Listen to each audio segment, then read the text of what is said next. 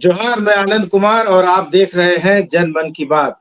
दोस्तों, औरंगजेब अब महाराष्ट्र की भूमि से होते हुए झारखंड की तरफ आ गए हैं और भाजपा के राष्ट्रीय प्रवक्ता तुहिन सिन्हा ने कल एक प्रेस कॉन्फ्रेंस किया और उसमें उन्होंने झारखंड में भ्रष्टाचार का मुद्दा उठाते-उठाते औरंगजेब का भी ज़िक्र कर दिया और कहा कि हेमंत सोरेन और उनकी सरकार बिरसा मुंडा की धरती को औरंगजेब की धरती बनाने पर तुली है। तो इस पर हमारे साथ बातचीत करने के लिए 2 सीनियर जर्नलिस्ट हैं, चंदन मिश्रा जी हैं और श्याम किशोर चौबे जी भी हैं। हमारे चैनल पर आते रहे हैं और कई चैनलों पर आपको अलग-अलग चैनल पर दिखाई भी देते रहे हैं। झारखंड के काफ़ी जाने-माने अनुभवी पत्रकार हैं और नब्ज़ पर नज़र रखते हैं झारखंड की। तो सबसे पहले स्वागत है आपका चंदन भैया और चौबे सर।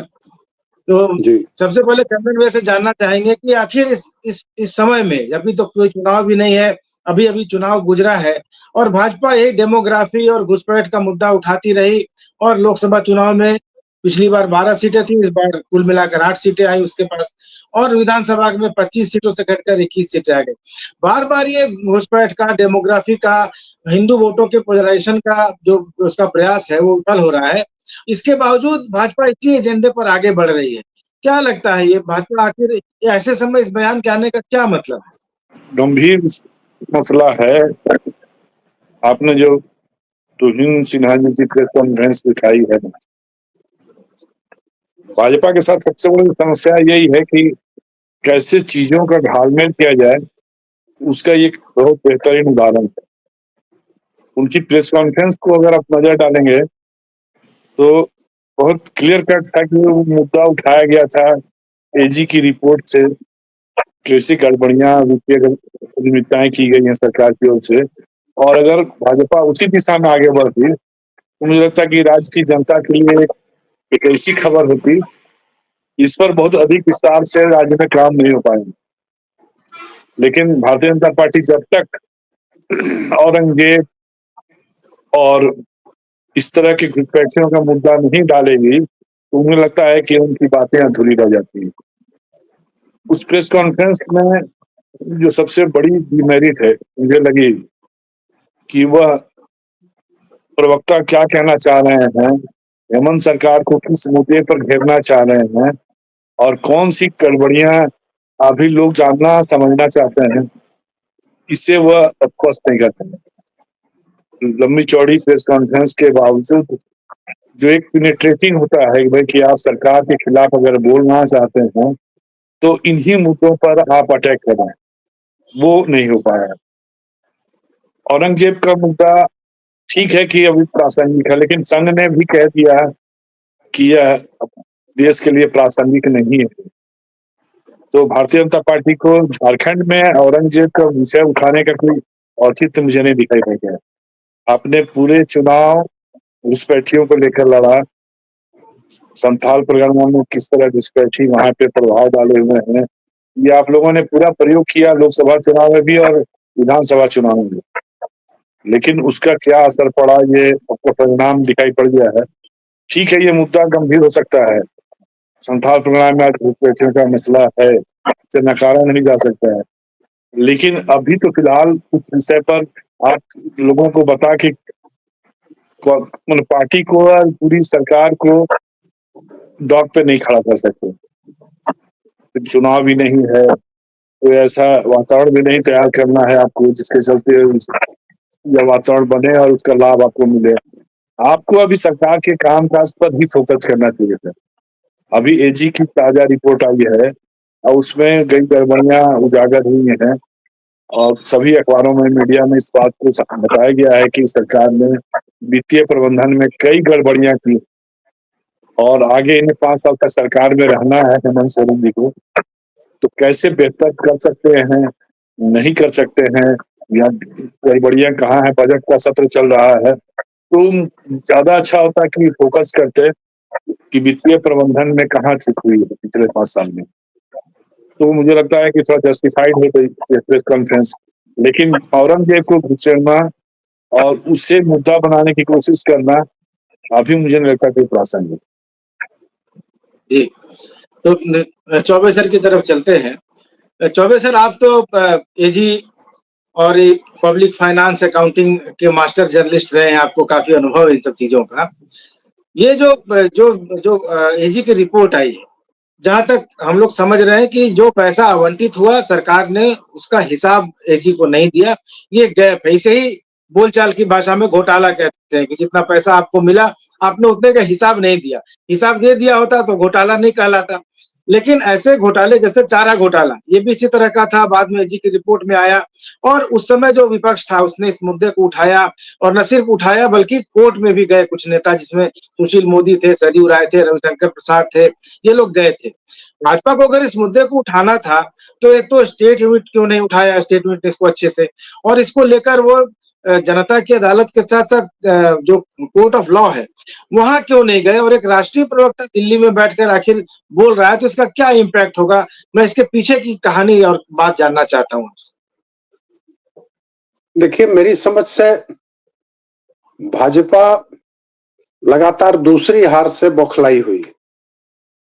बाकी राज्यों में आप देखिए पिछले 2, 3, 4 सालों में जहां-जहां चुनाव हुए, तो भाजपा वहां जीतती रही है, अप्रत्याशित तरीके से जीतती रही है। जहां लगता था कि हार जाएगी, वहां भी जीतती रही है। लेकिन झारखंड में जितनी उम्मीद नहीं थी, उससे कहीं ज्यादा हार गई। तो शायद वो बौखलाई हुई है। मेरा ये व्यक्तिगत तौर पे मानना है कि भाजपा झारखंड का अपमान कर रही है, झारखंड के जनादेश का अपमान कर रही है। अगर ऐसा नहीं करती तो अब देखिए चुनाव हुए परिणाम आए, 5 महीने बीत गए, अभी तक इन्होंने मुख्य सचेतक और सचेतक का चुनाव नहीं किया है। पार्टी विधायक दल के नेता का जो अनाउंसमेंट हुआ अभी 5, 7, 10 दिन पहले हुआ, मतलब 4.5 महीने बाद हुआ। तो ये जनादेश का अपमान है, सीधे सीधे अपमान है, जनता का अपमान है और अपने विधायकों का भी अपमान है। अभी तक अगर मुख्य सचेतक और सचेतक नहीं चुने गए हैं या नियुक्त नहीं किए गए हैं, तो इसका मतलब कि उनमें कोई योग्यता नहीं देख रही है भाजपा, कि ये इस लायक भी नहीं है। और यही भाजपा है जो चुनाव के टाइम कहती थी कई मुद्दों पे, खास करके जो इन्होंने उठाया है बांग्लादेशियों वाला मुद्दा, कि हमारी सरकार बनी तो पहली कैबिनेट में लात मार के बाहर कर देंगे। तो आप पहली कैबिनेट में बहुत कुछ करने वाले थे और 5 महीने बीत गए, आप तो अपना सचेतक और मुख्य सचेतक तक नहीं चुन सके हैं या डिपोट नहीं कर पाए हैं। रही बात औरंगजेब की, तो वो चंदन जी ने बताया भी कि संघ ने तो कल ही स्पष्ट कर दिया कि औरंगजेब आज के तारीख में कोई मुद्दा नहीं है। और इसके बावजूद अगर कह रहे हैं तो मुझको एक बात याद आ रही है कि लोकसभा चुनाव के पहले जेपी नड्डा ने कहा था कि अब तो हम आत्मनिर्भर हो गए हैं, अब संघ की लाठी की जरूरत नहीं है, संघ की सहायता की जरूरत नहीं है। तो शायद भाजपा प्रवक्ता संघ को एक बार फिर से इग्नोर करना चाह रहे हैं, संघ की बातों को वो नहीं मानना चाह रहे हैं, जो मुझको लग रहा है। दूसरी बात कि अगर औरंगजेब का नाम लेंगे, औरंगजेब ठीक है, बहुत अच्छा बादशाह नहीं था, लेकिन औरंगजेब ने जो जो करतब किए वो कई हिंदू राजाओं ने भी किए थे। अशोक भी उसी में है और अजातशत्रु भी उसी में है। और जिनको हम बहुत पूजते हैं, तो उसमें देखिएगा कि परशुराम जी ने तो अपनी माँ का ही कत्ल कर दिया था, किया था कि नहीं किया था, जो पौराणिक कथाएं। तो औरंगजेब, हम ऐसा नहीं है कि औरंगजेब को जस्टिफाई कर रहे हैं, लेकिन जो बादशाह होता है, जो राजा होता है, वो क्रूर होता है। फैक्ट यही है।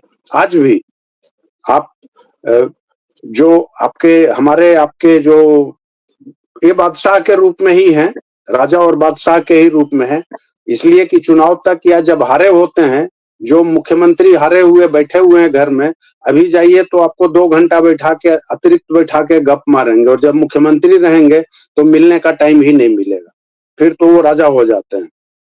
रही बात सीएजी की रिपोर्ट की, तो सीएजी की रिपोर्ट का जो इन्होंने उल्लेख किया है कि इतने मामलों का उपयोगिता प्रमाण पत्र नहीं दिया गया, इतने मामले इस ढंग से इनका उपयोग नहीं हुआ इतने पैसे का, तो उपयोगिता प्रमाण पत्र नहीं देने का झारखंड ही नहीं पूरे देश के सभी राज्यों में इतिहास रहा है।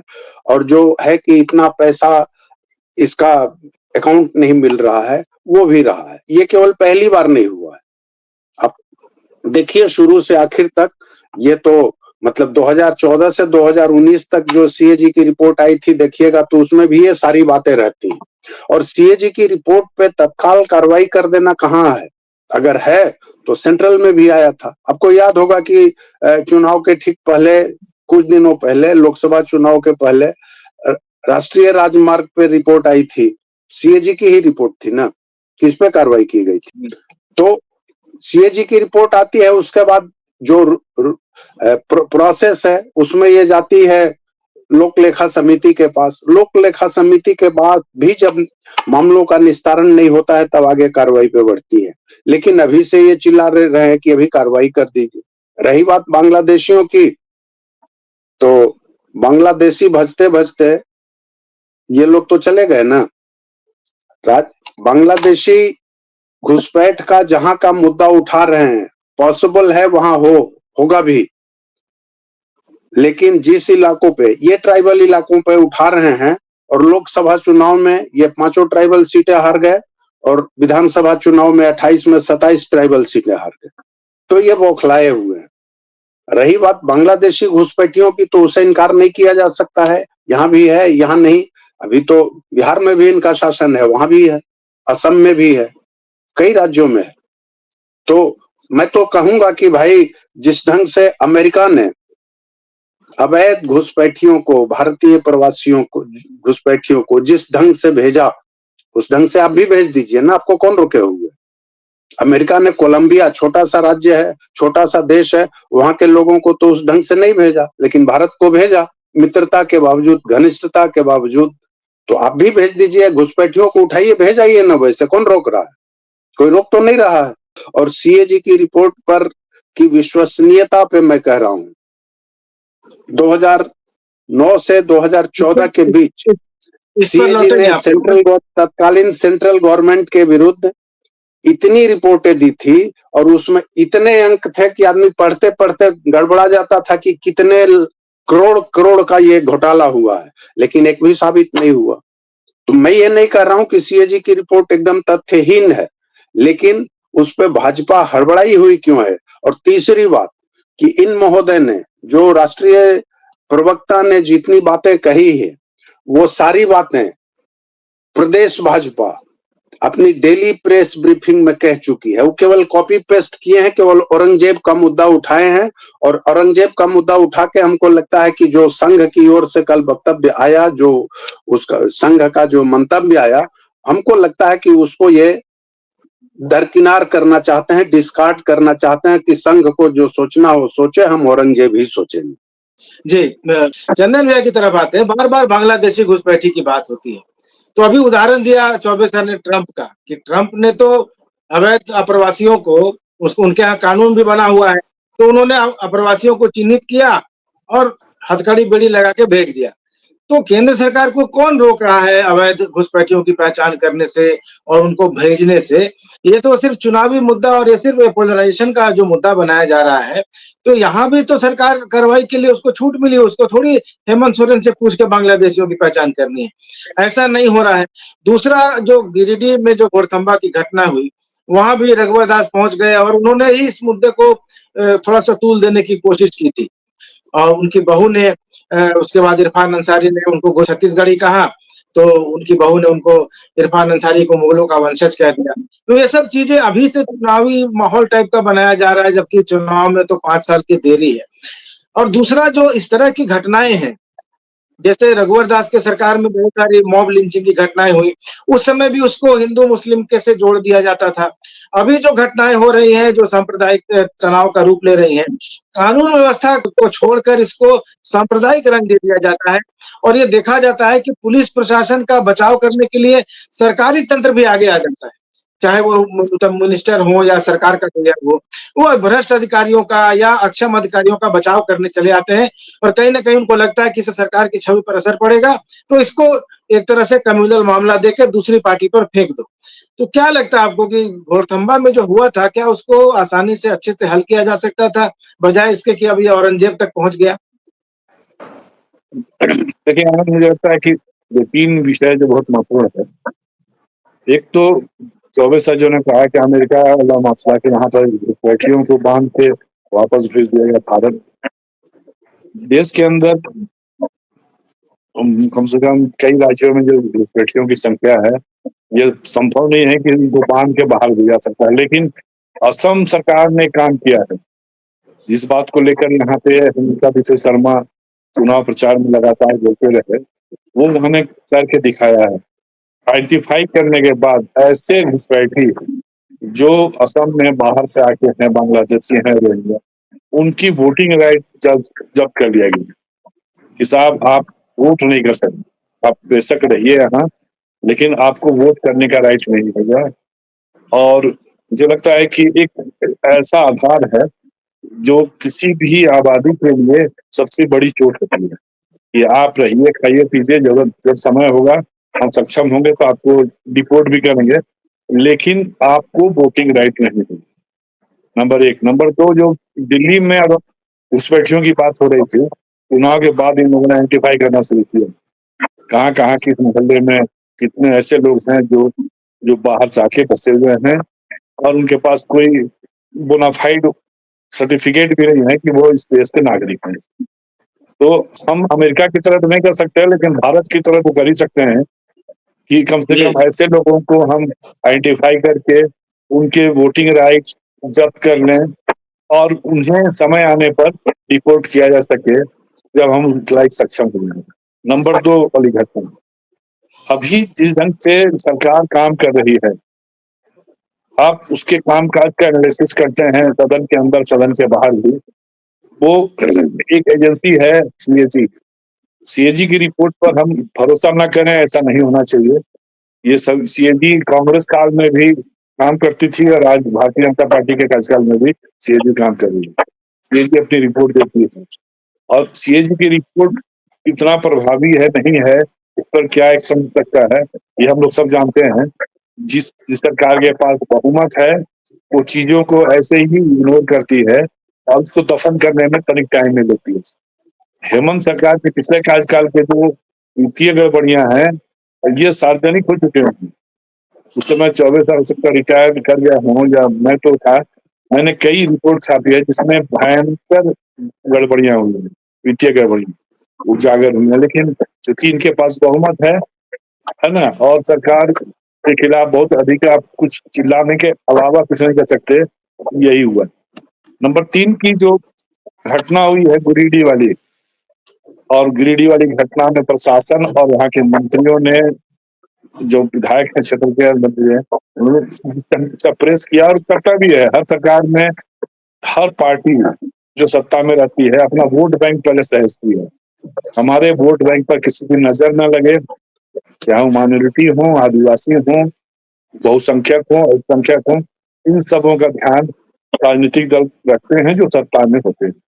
और अधिकारी सिर्फ सत्ता की बात सुनते हैं, जो मुख्यमंत्री या मंत्री चेयर पे होते हैं उसी के कहते हैं ना कि आज्ञाकारी सुपुत्र की तरह काम करते हैं। हिज मास्टर वॉइस, वह वही बोलेंगे जो उसका मालिक बोले। इसलिए शासनिक अधिकारियों की भूमिका तो स्वभावतः वैसे ही होती है, जैसे उसे मालिक कह दे कि तुम उसको चोर कहो तो चोर कहेगा, उसे साधु कहो तो साधु कहो। बाकी जो विपक्ष का काम है कि हम किसी चीजों को कैसे एक्सपोज करें, ये रघुवर दास जी वहां गए थे सिर्फ प्रशासनिक अधिकारियों को एक्सपोज करने के लिए। जान रहे थे कि इससे पहले बाबूलाल मांडी वहां बोल चुके हैं और उनका विधानसभा क्षेत्र है, लेकिन चूंकि वह देवघर गए, पूजा करके लौट रहे थे, तो कुछ लगे हाँ यहाँ पर राजनीति भी कर लें, तो उन्हें गए, जाके वहां पे अपने कार्यकर्ताओं का मनोबल बढ़ाया, वहां अधिकारियों को डांटा फटकारा। 5 साल मुख्यमंत्री रह चुके हैं, वो तेवर तो बरकरार रखने में रहता ही है, तो अधिकारियों को डांटा फटकारेगा, अधिकारी कुछ नहीं कहेंगे, चुपचाप सामने रहेंगे, लेकिन उसका जो मास्टर है वो अपना चीजों पर ध्यान देता है कि हमारे अधिकारियों की एकदम से पेशा है। ये घटना हुई। अब उनकी बहू और इरफान अंसारी, इनके जो संवाद हुए हैं ये कोई अप्रत्याशित नहीं है। इरफान अंसारी कब कहाँ क्या बोल जाएंगे उनको पता नहीं है। आज विधानसभा के बजट सत्र में स्वास्थ्य विभाग के जवाब सवाल सारे विधायकों के सवालों के बाद, उनके जितने डाउट्स थे, उसके बाद सरकार का जवाब देता है और स्वास्थ्य मंत्री जवाब देते। बीजेपी ने उनका बाइकाट किया, लेकिन जब जाते जाते एक शब्द बोल गए इरफान अंसारी, एक विधायक के बारे में, भाजपा के कितना बड़ा बेवकूफ है, सदन के अंदर आप बोल रहे हैं, आप क्या बोल रहे हैं, क्या तमीज है आपको बोलने की? अगर ये आप नहीं तय कर पाते हैं तो आप मंत्री बन के क्या करेंगे? उन्होंने मुख्यमंत्री को कहा कि ये शाहरुख खान जैसे दिख रहे हैं, अंदर से भी चमक रहे हैं, बाहर से भी चमक रहे हैं। ठीक है, तो वो उनकी बोली, उनका अंदाज है ना, क्या होता है। उन्होंने चैलेंज कर दिया कि अगर बाबूलाल मांझी बता दें कि एक भी बांग्लादेशी घुसपैठी अगर झारखंड में है तो मैं इस्तीफा दे दूंगा। ना वो इस्तीफा देंगे, वो जानते भी हैं कि यहाँ बांग्लादेश के घुसपैठी कौन है, कहाँ है, कैसे रह रहे हैं, लेकिन झूठ बोलना, असत्य बोलना, मंत्री हो चाहे कुछ भी या विधायक हो, बोलना है उनको, अपने वोट बैंक को सुरक्षित रखना है। और विपक्ष को अगर सत्ता में है तो गाली देना है, विपक्ष उनको गाली देना है, तो ये सामान्य प्रक्रिया है। और इस प्रक्रिया के तहत सभी दल अपनी अपनी भूमिका निभा रहे हैं, चाहे उसमें इरफान अंसारी हो या पूर्णिमा साहू हो या जितने भी नेता ये काम कर रहे हैं। बात रही भाजपा के राष्ट्रीय प्रवक्ता की, इस प्रेस कॉन्फ्रेंस का क्या औचित्य था ये मैं नहीं समझा। जैसा चौबे साहब ने कहा कि ये सारी बातें प्रदेश में कही जा चुकी हैं, और औरंगजेब के बारे में संघ ने कहा, उसके बीजेपी किनारे करे संघ की बात को, ऐसा संभव नहीं है। मुझे लगता है कि इनके तक संवाद पहुंचने में वक्त लगता है, लेकिन संघ का मानना है कि आप किसी भी ऐसी घटना का आप प्रतिवाद जरूर करें जो अनावश्यक समाज में तनाव पैदा करता है। और ऐसा नहीं है कि औरंगजेब इसलिए अप्रासंगिक है कि देश के लिए कोई आदर्श राजा नहीं थे। उन्होंने जो किया उसको पूरा इतिहास जानता है, पूरा देश जानता है, उनको सामने रख के कोई आदर्श प्रस्तुत नहीं किया सकता। औरंगजेब एक आतताई शासक थे, और मुगलों में जिन्होंने अपने बाप को, अपने चाचा को, किसी को नहीं बख्शा सत्ता के लिए, तो देश के नागरिकों के साथ क्या करेंगे। इसलिए उनको देश के किसी भी वर्ग में अगर सम्मान मिलता है तो ऐसा प्रतीत होता है कि यह देश के नागरिकों के साथ असम्मान। बाकी बचे जो राष्ट्र अध्यक्ष बने पहले भी, उनकी भूमिका पर चर्चा हो सकती है, जैसे सम्राट अशोक के बारे में हो, और अन्य भी हो सकते हैं, लेकिन औरंगजेब भारत के लिए कतई आदर्श नहीं होंगे, ये हर नागरिक समझ सकता है, और इसे सबको समझना चाहिए। और यहाँ पे इससे हम लोग किसी भी संप्रदाय के साथ जोड़ के सांप्रदायिक मतभेद या विद्वेष नहीं पैदा कर सकते। वह एक आदर्श व्यक्ति नहीं हो सकता, आदर्श बादशाह नहीं होगा, ये एक सामान्य सी बात है। मुझे लगता है कि भारतीय जनता पार्टी इसी मुद्दे को सबसे अधिक प्रचारित कर रही है। जी, तो कहीं न कहीं मुझे लगता है कि ये भाजपा प्रवक्ता चूँकि बहुत जाना पहचाना चेहरा नहीं है तुहिन सिन्हा, इसी बहाने थोड़ा चर्चा में भी आ गए, लाइमलाइट में भी आ गए, उन पर डिबेट भी हो रही है। लेकिन मेरा सवाल ये है कि गिरिडीह में एक जिन पर लाठीचार्ज हुआ, जो घायल हुए, जिन पर हमला हुआ, वो कोई साव जी है, वैश्य समुदाय से आते हैं। और इसको इस तरह से प्रचारित किया गया कि वहाँ पर रघुवर दास जी गए, चूँकि वहाँ उनके समुदाय के व्यक्ति पर हमला हुआ, और कहीं न कहीं इसको ये भी जोड़कर देखा गया कि भाजपा के जो प्रदेश अध्यक्ष का चुनाव होना है या जो नियुक्ति होनी है, उसमें कहीं न कहीं वो बाबूलाल मरांडी के का जो अथॉरिटी है उसको चैलेंज कर रहे हैं। नामकुम में जो घटना हुई, नामकुम खटाल और वहाँ के लोकल आदिवासियों के बीच जो झड़प हुई थी, जिसमें सोनू मुंडा नाम के एक व्यक्ति की मौत हो गई, वहाँ अर्जुन मुंडा गए। तो ये देखा जा रहा है कि लोग भाजपा के नेता कहीं न कहीं अपने समाज का समर्थन लेने के लिए जा रहे हैं, और कहीं न कहीं इसको ये जोड़कर देखा जा रहा है कि बीजेपी के अंदर जो नेतृत्व की जो रसाकसी चल रही है, वो कहीं न कहीं इसके लिए ज़िम्मेदार है। तो इसको चौबे सर से जानना चाहेंगे कि आप इसको किस रूप में देखते हैं? क्या ये बीजेपी के अंदर का कॉन्फ्लिक्ट है जो बाहर आ रहा है, या रघुवर दास का वहाँ जाना, क्योंकि वो झारखंड के एक बड़े नेता हैं, इस अधिकार से वहाँ गए थे? क्या लगता है आपको? पहले आपसे पूछेंगे, उसके बाद चंदन व्यास। देखिए, भाजपा के अंदर तो इनर कॉन्फ्लिक्ट है, इसमें कोई शक ही नहीं है। मतलब ये कहने की बात ही नहीं है। अगर कॉन्फ्लिक्ट नहीं होता तो 4.5 महीने तक नेता विधायक दल का चुनाव या मनोनयन क्यों नहीं होता? कन्फ्लिक्ट नहीं होता तो 5 महीने में मुख्य सचेतक और सचेतक का चुनाव या मनोनयन क्यों नहीं हो रहा है? तीसरी बात कि अब अध्यक्ष पद के लिए चूंकि बाबूलाल मरांडी अभी अध्यक्ष हैं और उनको विधायक दल का नेता बनाया जा चुका है, तो ऐसी स्थिति में यहाँ अध्यक्ष पद के लिए होड़ लगनी स्वाभाविक है। और अभी राज्य में 24-25 वर्ष का राज्य होने जा रहा है। इसमें 14 सरकारें बनी, इसमें 7 महानुभाव मुख्यमंत्री रहे, 7 में से 5 भाजपा के पास हैं, इंक्लूडिंग मधु कोड़ा। तो वैसी स्थिति में अध्यक्ष अब ले दे के इनके पास बचता है वही एक कहिए आकर्षक पद या लोगों में प्रभाव जमाने का पद, वो अध्यक्ष पद बचता है।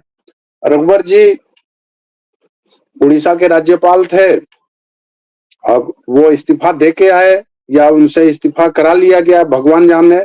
आज उनको भी ये मतलब इस्तीफा दिए हुए मेरे ख्याल से 4 महीने हो गए। नवंबर में ही दिया था उन्होंने, दिसंबर में दिया था। 4 महीने लगभग हो गए। 24 दिसंबर को दिया था। हाँ, तो 4 महीने लगभग हो गए। वो भी बेरोजगार बैठे हैं। उस समय तो हवा ये उड़ी थी कि राष्ट्रीय अध्यक्ष बनाए जा सकते हैं, फिर हुआ कि प्रदेश अध्यक्ष बनाए जाएंगे, लेकिन 4 महीने में कहीं कुछ हुआ नहीं। तो लोग अब इस कोठी का धान उस कोठी में कर रहे हैं। मेरी समझ से इससे ज्यादा कुछ अभी कर नहीं रहे। भाजपा और कुछ करने की स्थिति में फिलहाल नहीं है। वो किंग कर्तव्य विमूढ़ है, बौखलाई हुई है और कुछ कर नहीं पा रही है। ले दे के यही है। अब मुंडा पे हुआ तो अर्जुन मुंडा गए, और एक समाज पे हुआ तो रघुवर दास गए। यही मुंडा जी अगर 5 साल मुख्यमंत्री रहे, ट्राइबल अफेयर्स मिनिस्टर रहे, अगर कम से कम जो यहाँ के 5 ट्राइबल सीटें हैं, संसदीय सीटें, वहां भी दौरा किए रहते तो शायद दूसरा फल होता, शायद होता, नहीं भी हो सकता था। अपने चुनाव क्षेत्र में दौरा किया होता तो कम से कम अपना ही मिल गए होते। जी, आपके हिसाब से तो फिर अपने चुनाव क्षेत्र का दौरा नहीं किया, क्योंकि खुद अपनी भी सीट हार गए थे। तो इसीलिए मैं कह रहा हूँ कि अब अभी करने से क्या फायदा है। अभी न अब केंद्र का चुनाव होने जा रहा है, और न अभी मतलब एकदम विपरीत परिस्थितियां न हो तो राज्य का भी चुनाव अगले 4.5 साल 5 साल तक होने नहीं जा रहा है। ऐसी स्थिति में भाजपा को अपने संगठन पे ध्यान देना चाहिए, अपने लोगों पर ध्यान देना चाहिए और अपने को मजबूत करना चाहिए। अब जैसे बात उठा रहे हैं आप लोग इरफान अंसारी की, इसके बहाने जो सीएजी की रिपोर्ट आई है उसमें बन्ना गुप्ता की, और इस पे जो महोदय बहुत ज्यादा बोल रहे हैं, अभी संसद में नहीं है, भानु प्रताप शाही जी, संजोग से वे भी स्वास्थ्य मंत्री ही थे, और स्वास्थ्य मंत्री रहने के बाद घूम के आए थे वो, स्वास्थ्य मंत्री रहने के बाद होटवार से घूम के आए थे वो।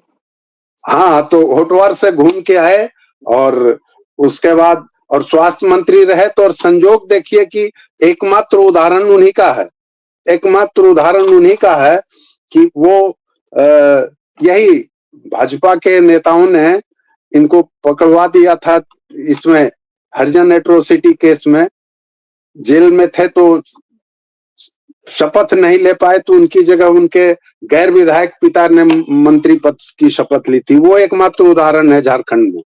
तो कोई किसी को कुछ कहने लायक नहीं है। मेरा ये कहना ठीक है, मैं ये नहीं कह रहा हूं कि जो आरोप हैं वो बिल्कुल गलत हैं, मैं ये नहीं कह रहा हूं कि आरोप नहीं लगने चाहिए, होने चाहिए, लेकिन पहले अपना घर संवारने लोग, फिर आगे बढ़े तो अच्छा लगेगा। अदरवाइज कट पेस्ट कर रहे हैं तो इससे झारखंड की बदनामी हो रही है ना। जो बातें झारखंड के नेता रांची में बैठ के कहते थे, और जब वही बात दिल्ली में कही जा रही है बड़ी प्रेस कॉन्फ्रेंस में, इसका मतलब कि आपको तो राज्य का भी कोई ख्याल नहीं है ना। ख्याल रहता तो भाई कम से कम कुछ तो आप करते, और नहीं तो आंदोलन करिए, कौन रोके हुए, बढ़िया आंदोलन करिए उसके लिए।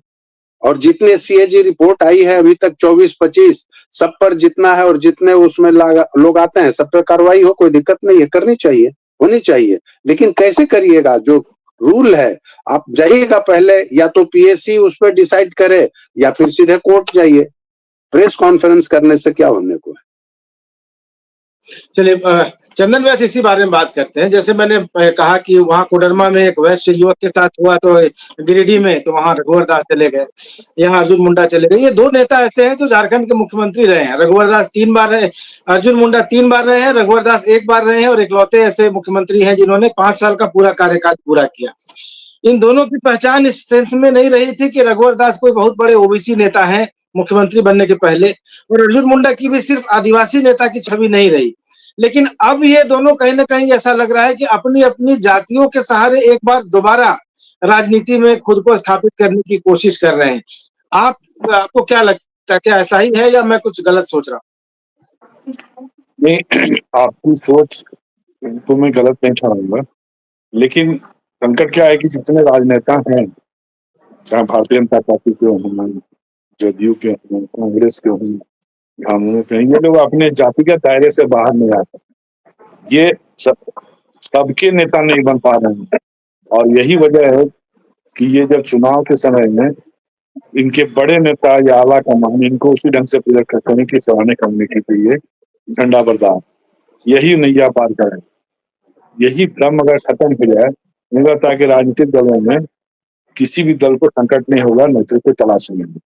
अब रघुवर दास जी अगर गिरिडीह गए तो उनको नामकू में भी आके इस रामू मुंडा जो है सोनू मुंडा से यहाँ जाना चाहिए, उसके परिवार से मिलते। यहाँ अर्जुन मुंडा जी भी चले जाते गिरिडीह, 3-4 घंटे लगते उनको जाके वहां भी जाके सबसे मिलाते जो कार्यकर्ताओं को जेल भेजा गया।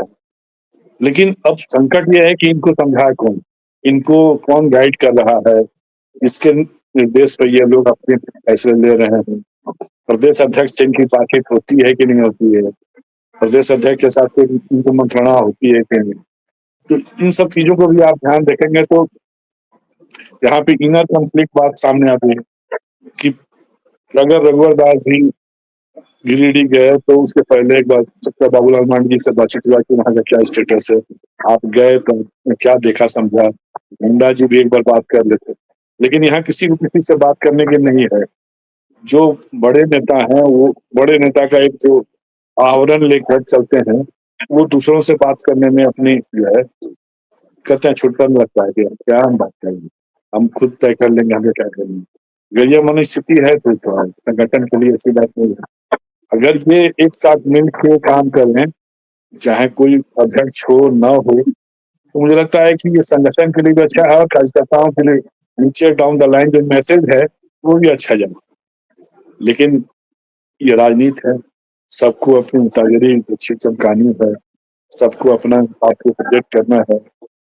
एक तो ये समस्या है। दूसरी समस्या सबसे बड़ी ये है कि भारतीय जनता पार्टी को केंद्रीय नेतृत्व ने गोल ड्रम में फंसा कर रख दिया कि भाई जैसे चौबे सर ने कई बार कहा कि बौखलाहट में है। बौखलाहट तो स्वाभाविक है, होना ही चाहिए। अगर कोई दल चुनाव हारे और शांत होकर बैठ जाए तो वो सर उस पार्टी के मरने के सिवाय कोई उपाय नहीं। बौखलाएगी पार्टी तो अटैक करेगी तो सामने वाले की जो कमजोरियां हैं वो सब निकल के बाहर आएंगी। तो ये तो भाजपा कर रही है, करने दिया जाए इसको, हम लोग दूर से देखें आनंद लें। लेकिन समस्या यह है कि एक यूनिटी फॉर इंटीग्रिटी होती है, पूरी पार्टी में एक एकता होनी चाहिए और वो दिखाई पड़े कि भाई आज जो हमारा नेता है उसको हम नेता माने, कल दूसरा नेता होगा तो हम उसको नेता माने। अगर ये मनस्थिति नेताओं के अंदर नहीं होगी तो कार्यकर्ता किसको फॉलो करेंगे, और यही कंफ्यूजन है। इस कंफ्यूजन से पार्टी को अगर उबार लें तो यहाँ मुख्य सचेतक आज बने न बने, मुख्य सचेतक की भूमिका कोई भी निभा सकता है, सचेतक की भूमिका निभा सकता है। लेकिन आप देखे होंगे कि जब तक नेता विरोधी दल का चुनाव नहीं हुआ, इस तरह से नोटिफाई नहीं हुआ, तब तक बीजेपी के विधायक भी बाबूलाल मांझी को अपना नेता मानने से इनकार कर। वहां जब जैसे ही इनको पार्टी ने अपना विधायक दल का नेता चुना, विधानसभा से नोटिफाई हुआ, तो लोग उनकी बात मान रहे हैं, साहब हमारा नेता विधायक दल यही है ना, और ये विपक्ष का नेता है, इसकी बात को मानना पड़ेगा। अभी तो और बाकी है कि जो विपक्ष के एक छोटे छोटे दल हैं वो भी अभी बाबूलाल मांझी को अपना नेता प्रतिपक्ष मान रहे हैं कि नहीं मान रहे हैं। जैसे आज वॉकआउट हुआ तो देखा कि सब लोग निकल गए बीजेपी वाले, और जदयू के विधायक बैठे रह गए, सरयू राय जी। अब चुनाव लड़ने में तो बीजेपी और भाजपा साथ में थे, लेकिन सदन के अंदर दोनों अलग अलग हैं। ये पिछले बार आजपी के साथ देखा गया था, अभी तो जदयू के साथ देखा जा रहा है। तो इन सारी चीजों को ठीक करना पार्टी नेतृत्व का काम है। अब पार्टी नेतृत्व प्रदेश में नेताओं को आपस में उलझा के रखे और गठमट करके स्थिति में रखे, इसके लिए किसी आप प्रदेश के नेता को दोषी नहीं ठहरा सकते। रघुवर जी को जो अच्छा लग रहा कर रहे हैं, मुंडा जी को जो अच्छा लग कर रहा है, मरांडी जी को जो अच्छा लग रहा कर रहे हैं, लेकिन पार्टी के केंद्रीय नेतृत्व क्या चाहता है, ये जब तक तय नहीं हो तो प्रदेश के नेता क्या करेंगे। इसलिए अब रघुवर जी की क्या भूमिका होगी, मुंडा जी की क्या भूमिका होगी, ये तो तय करना केंद्रीय नेतृत्व है, हम और आप आकलन नहीं कर सकते। जी, तो प्रोफेसर से एक आखिरी सवाल लेते हैं। ये प्रेस कॉन्फ्रेंस का जो ब्रीफिंग है, इसमें एक बड़ा इंटरेस्टिंग चीज लिखा है भाजपा के प्रवक्ता ने। उन्होंने लिखा है कि कांग्रेस ने झारखंड को अपना एटीएम बना लिया है, जैसा वह हर राज्य में लूट की प्रक्रिया शुरू करते समय करती है। झारखंड में हमेशा स्वास्थ्य मंत्री का पद कांग्रेस के पास रहा है। बड़े पैमाने पर हुए भ्रष्टाचार की जिम्मेदारी उसी पर आती है। भाजपा मांग करती है कि वर्तमान स्वास्थ्य मंत्री इरफान अंसारी इस पूरे स्वास्थ्य घोटाले की सीबीआई की जांच की पेशकश करें। हेमंत सोरेन इस घोटाले की सीबीआई जांच करवाएं और पूर्व स्वास्थ्य मंत्री बन्ना गुप्ता को विशेष रूप से कटघरे में खड़ा किया जाए। ये भाजपा के राष्ट्रीय प्रवक्ता मांग कर रहे हैं। बन्ना गुप्ता 5 साल स्वास्थ्य मंत्री थे। 5 साल में भाजपा के किसी नेता के मुंह से बन्ना गुप्ता के बारे में एक शब्द नहीं निकला। यहाँ तक कि 2019 का विधानसभा चुनाव जब हो रहा था, बन्ना गुप्ता को मदद पहुंचाने के लिए सरयू राय जैसे नेता का टिकट काट के एक डमी उम्मीदवार खड़ा किया गया। उसके बाद जब बन्ना गुप्ता जीत गए, हेमंत सोरेन की सरकार बन गई, बन्ना गुप्ता स्वास्थ्य मंत्री रहे, पूरे बीजेपी ने एक भी कार्यक्रम तो छोड़िए, बीजेपी का एक नेता का बयान बन्ना गुप्ता के खिलाफ नहीं आया। अब जब बन्ना गुप्ता चुनाव हार गए हैं, तो भाजपा के राष्ट्रीय प्रवक्ता मांग कर रहे हैं कांग्रेस से ही, उनके मंत्री से, कि आप जांच कराइए। अरे भाई, पूरा ईडी आपके पास है, सीबीआई आपके पास है, तो हेमंत सोरेन और इरफान अंसारी के आप भरोसे क्यों बैठे हैं? आप लगा दीजिए ईडी सीबीआई। इसके पीछे जो सोच है, क्या सोच के उन्होंने कहा है, मुझे समझ में नहीं आ रहा। आप जरा समझ सकते हैं तो समझाइए हम लोगों को। नहीं, बोलने के लिए बोल रहे हैं, हम तो बोल रहे हैं कि सीएजी सेंट्रल गवर्नमेंट के खिलाफ भी, बाकी स्टेट गवर्नमेंट के लिए भी जो राशि की, सार्वजनिक राशि की अनियमितताएं होती हैं, दुरुपयोग होता है, तो उस पर रिपोर्ट देती है। तो कितनी जगह सीबीआई के लिए लोग करते हैं। सवाल है कि 2014 से 2019 के बीच में जो सीएजी रिपोर्ट्स आई थी, कहाँ एक नहीं अनेक आई थी, तो उसमें कहाँ किसी ने सीबीआई जांच की मांग की। और रही बात, उन्होंने कहा है तो बस मेरी समझ से कहने के लिए कह दिया है, या हो सकता है कि बन्ना गुप्ता को ये दिया जा रहा हो कि आ जाइए आप भी अजीत पवार बन जाइए। पॉसिबल है अजीत पवार बनाना हो उनको भी, या ये बनाना हो। मैं एक बात कहना चाह रहा था, एक बात कहना चाह रहा था कि या बनाना हो चंपई सोरेन। मुझको तो उन बेचारे पे तरस आ रहा है कि उनका कितना बड़ा अपमान हो रहा है। सोचिए, चुनाव के पहले हमेशा कहा जाता रहा कि चंपई दा झारखंड के अब तक के सर्वश्रेष्ठ मुख्यमंत्री रहे हैं, और बेचारा सर्वश्रेष्ठ मुख्यमंत्री किस कोने में लाके बैठा दिया गया है। अरे वो भी तो नेता प्रतिपक्ष के उम्मीदवार थे, हो सकते थे जब सर्वश्रेष्ठ मुख्यमंत्री थे। तो या उन्होंने यही बना दीजिए, कम से कम मुख्य सचेतक ही तो बना दीजिए, नहीं तो उनका अपमान तो मत करिए। और आपके पास तो बेचारा एकमात्र ट्राइबल लीडर है, एकमात्र है जो ट्राइबल सीट जीत के आया है। लेकिन उन्होंने मना कर दिया ना कि विधानसभा में हम हेमंत सोरेन भतीजा है, हम कुछ नहीं बोल सकते, इसलिए नेता प्रतिपक्ष नहीं बनना है हमको। किसने कह दिया कि तो चंपई सोरेन ने तो उसके लिए मना कर दिया था। किसको नेता प्रतिपक्ष के रोल के लिए। सवाल है कि उनका भतीजा तो उस दिन भी था, जिस दिन आरोप लगा के वो भागे थे वहां से, उस दिन उनका भतीजा नहीं था। उस दिन भी तो उनका भतीजा तो था। लेकिन उन्होंने अपमान के अलावा बाकी कुछ नहीं कहा। अभी भी वो डायरेक्ट हमला नहीं करते हैं। डायरेक्ट हमला तो नहीं करते हैं। देखिए, सीजन लीडर है ना, देख रहे हैं, अगर यहाँ भी वैसा ही सीन बनेगा तो इधर से उधर जाने में कितना टाइम लगेगा। सीजनल लीडर यहाँ भी तो आजकल मंत्री लोग सीजन भी देख उठ के के पाला जाते बदल रहे देते हैं ना, झारखंड में इतिहास रहा है। झारखंड में तो लेकिन मंत्री लोग भरे सदन में ही मतलब अपोजिशन बेंच, ट्रेजरी बेंच से अपोजिशन बेंच पे जाके बैठते रहे हैं, तो वो कुछ नहीं है उनकी। मैं तो ये समझता हूँ कि वो जो बातें उन्होंने की है प्रेस कॉन्फ्रेंस में, बस इसलिए की है, केवल ध्यान भटकाने के लिए, और कुछ नहीं है। अपना पहले काम तो करें। मैं ये नहीं कह रहा हूँ कि आरोप एकदम गलत है, ये बार बार मैं कह रहा हूँ, आरोप सही भी हो सकता है, लेकिन जांच हो इसकी, तब ना। जांच हो, उसके बाद जो होगा होगा। और हर चीज में सीबीआई जांच होने लगे तब तो हो गया। सीबीआई तो यहाँ जेपीएससी की जांच कर रही है, वही सीबीआई है ना। आज कितने साल हो गए पूरा नहीं हुआ, वही जब सीबीआई है ना। जब हेमंत सोरेन को आप पकड़ के जेल में डाल सकते हैं, और जब कोर्ट को ये कहना पड़ता है जमानत देते समय कि जब कोई गिरफ्तारी का कोई पुख्ता आधार नहीं था, तो ईडी की कार्रवाई तो नेताओं के खिलाफ इसीलिए हो रही है कि भाई उधर छोड़ो, इधर आ जाओ। लेकिन चलिए इस मामले को समराइज करते हैं। चंदन भैया को ये जिम्मेदारी देते हैं कि आप इस पूरे प्रेस कॉन्फ्रेंस का निचोड़ जो है एक बार बता दें कि आखिर इसका मतलब क्या था इस मौसम में, जबकि इसका कोई मतलब नहीं बनता है, कोई न कोई चुनाव होना है, न सरकार पर कोई बड़ा हमला बीजेपी की तरफ से होना है। एक राष्ट्रीय प्रवक्ता के इस प्रेस कॉन्फ्रेंस का क्या मतलब निकाला जाए, औरंगजेब से लेकर बन्ना गुप्ता तक उन्होंने जो बातें कही। देखिए आनंद, इसमें तो 3 बातें वो जोड़ कर देखना होगा। अभी आप सदन की कार्यवाही देखिए, तो कांग्रेस पार्टी में जो मंत्री हैं उनको छोड़ के बाकी सदस्य सरकार पर इस कदर हमलावर हैं, जो उम्मीद से परे एक मुद्दा उठाते हैं तो रामेश्वर राम का सपोर्ट करते हैं, और जेएमएम वाले भी उसका पेटे मारते हैं और सरकार को टॉप पे खड़ा करते हैं। पिछले सप्ताह एक सवाल उठा था एक इंजीनियर के खिलाफ और कुछ अधिकारियों के खिलाफ, तो प्रदीप यादव ने उठाया, और उस पर इतना आक्रामक कांग्रेस का होना, इसको आप सहज ढंग से नहीं लगे, इसकी थोड़ी तैयार है। तो रामेश्वर राम भी खड़े हो गए, कल फिर वही क्वेश्चन रिपीट हुआ, और वही अंदाज था कांग्रेस के विधायक, दोनों विधायक रामेश्वर राम भी और प्रदीप यादव।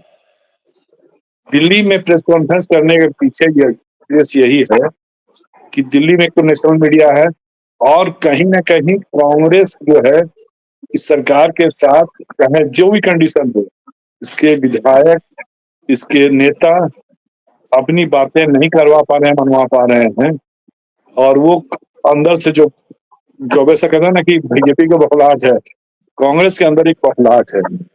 जो मंत्री बन गया अपने सेटिंग से या मुख्यमंत्री की इच्छा से, वो तो मुख्यमंत्री की बातें कर रहा है, मुख्यमंत्री के पक्ष में खड़ा है, लेकिन बाकी सदस्यों को देखिएगा, चाहे वो इनके उप नेता हों, विधायक दल के नेता हों, वरिष्ठ नेता हों जो वित्त मंत्री रह चुके हैं, इसके अलावा अन्य विधायक भी, वो उन अंदर से बिल्कुल सरकार से नाखुश हैं। अब ये क्यों ऐसा कर रहे हैं, क्या वजह है, ये आने वाले दिनों में स्पष्ट होगा। ठीक है कि सरकार से समर्थन वापस नहीं लेने जा रही कांग्रेस, लेकिन कांग्रेस का रवैया सदन के अंदर इतना आक्रामक हो, प्रदीप यादव जैसा विधायक सरकार के पक्ष में खड़ा होके एक ढाल की तरह काम करते हैं, वो एकदम सरकार पर अटैक किए हुए हैं, हर मंत्री को एक्सपोज कर रहे हैं। तो इन सब चीजों को लेकर बीजेपी के अंदर कहीं ना कहीं एक चर्चा है, और वो दिल्ली के मीडिया के साथ बैठकर इन सब चीजों को सामने लाने की कोशिश हो रही है, जो झारखंड में चल रहा है। कई बातें रांची से दिल्ली तक नहीं पहुंच पाती हैं, दिल्ली के मीडिया तक नहीं पहुंच पाती हैं। यहाँ राहुल गांधी बैठे हैं और खड़गे जी बैठे हैं, तो यहाँ पे कम से कम दिल्ली में बैठकर जो बातें बताई जाए तो उनके नजर में जाए, या मीडिया तक इन बातों को पहुंचाए। एक उद्देश्य ये भी होगा। और औरंगजेब तो अभी बिकाऊ माल है, तो उसको टैग कर दिया है इन्होंने अपने प्रेस कॉन्फ्रेंस में, तो वो अपना चल निकला चाहे न निकला, वो मैंने मीडिया के भरोसे है। लेकिन असली बात ये है कि झारखंड में कांग्रेस और जेएमएम की गठबंधन की सरकार कैसे चल रही है, उसका एक वहां पे नमूना प्रस्तुत करके बीजेपी कांग्रेस को संदेश देना चाहिए। चलिए, तो आपका ये कहना है कि झारखंड की हेमंत सोरेन सरकार में भी कांग्रेस और जेएमएम के बीच जो रिश्ते हैं, वो जो मंत्री बन गए कांग्रेस के कोटे के वो तो ठीक है, लेकिन बाकी जो विधायक हैं वो कहीं न कहीं असंतुष्ट है और ये असंतोष भी दिखाई दे रहा है। और भाजपा का जो ये जो प्रेस कॉन्फ्रेंस था इसमें भी कांग्रेस को ही ज़्यादा टारगेट किया गया है। तो एक संभावना ये बन सके क्या कि भविष्य में जेएमएम और बीजेपी के कुछ सहयोग के रास्ते खुलेंगे? आप लोग अनुभवी पत्रकार हैं और ये प्रयोग हो चुका है, 2 बार फेल कर चुका है, ये अलग बात है। तो एक-एक लाइन में दोनों हम लोग को ज़रा जानकारी दर्शकों को दीजिए कि क्या 2025 से 29 के बीच क्या कोई ऐसा दौर आने की कोई संभावना आपको दिखाई दे रही है? पहले चंदन राजनीति यादव में फिर कुछ भी संभव नहीं है और कहते हैं ना कि कौन कब कैसे ठीक पाएगा नहीं। चलिए, तो ये संभावना फिलहाल नहीं है, ये गठबंधन की सरकार चलती रहेगी और जो प्रेस कॉन्फ्रेंस था ये सिर्फ राष्ट्रीय मीडिया का ध्यान झारखंड की तरफ खींचना था, यहाँ जो कुछ सीएजी की रिपोर्ट में शामिल होकर आया है, उसको लेकर। चलिए आप लोग दोनों आए, बहुत समय दिया और हमारे दर्शकों को बहुत अच्छी जानकारियाँ दी। फिर किसी अगले विषय के साथ आपसे मिलेंगे। बहुत-बहुत धन्यवाद। दोस्तों अगर ये चैनल अच्छा लगता हो तो इसको सब्सक्राइब ज़रूर कर लीजिए और वीडियो अच्छा लगा हो तो ज़्यादा से ज़्यादा लाइक कीजिए और दूसरे लोगों तक भी पहुँचाइए ताकि ज़्यादा से ज़्यादा लोग इसको देख सकें। धन्यवाद। नमस्कार।